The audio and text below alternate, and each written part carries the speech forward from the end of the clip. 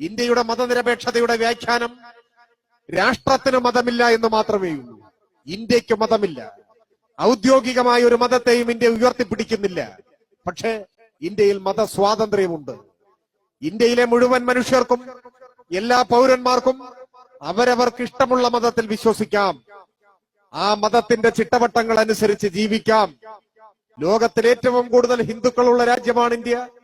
ലോകത്തിൽ ഏറ്റവും കൂടുതൽ മുസ്ലിങ്ങളുള്ള രണ്ടാമത്തെ രാജ്യമാണ് ഇന്ത്യ. കോടിക്കണക്കിന് വരുന്ന ക്രൈസ്തവർ, ദശലക്ഷക്കണക്കിന് വരുന്ന ബുദ്ധമതക്കാർ, ജൈനമതക്കാർ, പാഴ്സികൾ, സിഖുകാർ എല്ലാവരും നമ്മുടെ രാജ്യത്തുണ്ട്. 1000 വിശ്വാസങ്ങൾ, ആയിരക്കണക്കിന് ജാതി വിഭാഗങ്ങൾ, വ്യത്യസ്തമായ ഭാഷകൾ. പക്ഷേ ഇവിടെ പലായനങ്ങളില്ല, ഇവിടെ വംശഹത്യകളില്ല, ഇവിടെ മനുഷ്യർക്ക് പുതിയ ഭൂഖണ്ഡങ്ങൾ തേടി ഒളിച്ചോടേണ്ടി വരുന്നില്ല.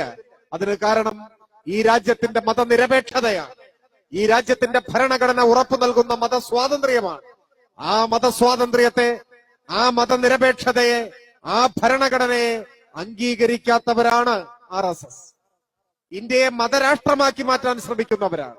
അങ്ങനെ ഒരു സാഹചര്യം ഉണ്ടായാൽ, ഇന്ത്യൻ ഭരണഘടന പൊളിച്ചെഴുതിയാൽ, ഇന്ത്യ മത റിപ്പബ്ലിക്കായി മാറിയാൽ, ഇന്ത്യയിൽ മതസ്വാതന്ത്ര്യമില്ലാതെയായാൽ ഈ രാജ്യം വംശഹത്യകളുടെ, വർഗീയ സംഘർഷങ്ങളുടെ, കൂട്ടക്കൊലപാതകങ്ങളുടെ, പലായനങ്ങളുടെ, എന്തിനേറെ പറയുന്നു, ദശലക്ഷക്കണക്കിന് വരുന്ന മനുഷ്യരുടെ ശവപ്പറമ്പായി ഇന്ത്യ മാറും. അങ്ങനെ മാറാതിരിക്കാനാണ് രാജ്യസഭയിൽ കൂടി BJPക്ക് ഭൂരിപക്ഷം കിട്ടിയിരുന്നെങ്കിൽ ഇതിനോടകം ഇന്ത്യൻ ഭരണഘടന തിരുത്തി എഴുതപ്പെടുമായിരുന്നു. ഇനി ഈ പാർലമെന്റ് തെരഞ്ഞെടുപ്പിൽ BJP അധികാരത്തിൽ വന്നാൽ, ക്രമേണ രാജ്യസഭയിലും ഭൂരിപക്ഷമായാൽ, ഞാൻ ഈ പറഞ്ഞ അത്യാപത്തുകളുടെ നാടായി ഇന്ത്യ മാറും. അതാണ് ഞാൻ പറഞ്ഞത്. ഇന്ത്യ നിലനിൽക്കുമോ എന്നതാണ് ചോദ്യം. ഈ രാജ്യത്ത് സമാധാനമായി ജീവിക്കാനാകുമോ? ഇവിടുത്തെ മതസ്വാതന്ത്ര്യം നിലനിൽക്കുമോ? മതനിരപേക്ഷ അടിത്തറ പരിക്കേൽക്കാതെ നിലനിൽക്കുമോ? അതാണ് ഈ തിരഞ്ഞെടുപ്പിന്റെ ചോദ്യം.